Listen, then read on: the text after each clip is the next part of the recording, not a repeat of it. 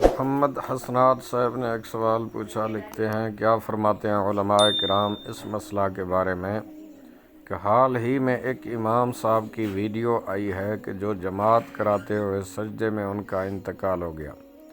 اس تناظر میں میرا سوال یہ ہے کہ اگر امام کا رکوع یا سجدے میں انتقال ہو جائے تو اس نماز کو کیسے مکمل کیا جائے گا؟ بسم اللہ الرحمن الرحیم۔ الجواب بعون الملک الوہاب، اللہم ہدایت الحق والصواب۔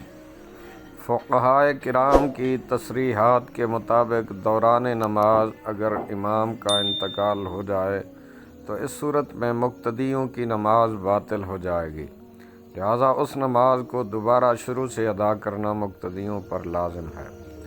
در مختار میں مفسدات نماز سے متعلق مذکور ہے، نماز کے بقیہ مفسدات میں سے نمازی کا دل میں مرتد ہونے کا ارادہ کرنا، نمازی پر موت، جنون اور بے ہوشی کا طاری ہونا ہے۔ رد المختار میں ہے کہ امام اگر قعدہ اخیرہ کے بعد فوت ہو جائے تو امام کے انتقال کے سبب مقتدیوں کی نماز باطل ہو جائے گی، پس ان پر لازم ہوگا کہ وہ اس نماز کو نئے سرے سے ادا کریں۔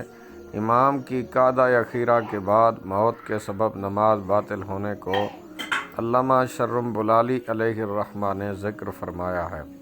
بدائع الصنائع میں ہے، مفسدات نماز میں سے ایک سبب دوران نماز نمازی کا انتقال ہو جانا یا جنون اور بے ہوشی کا طاری ہونا بھی ہے۔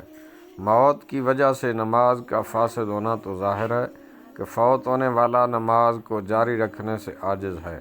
بہار شریعت میں ہے، نماز میں امام کا انتقال ہو گیا اگرچہ قعدہ اخیرہ میں تو مقتدیوں کی نماز باطل ہو گئی، سرے سے پڑھنا ضروری ہے۔ بہار شریعت جلد اول صفحہ نمبر 603۔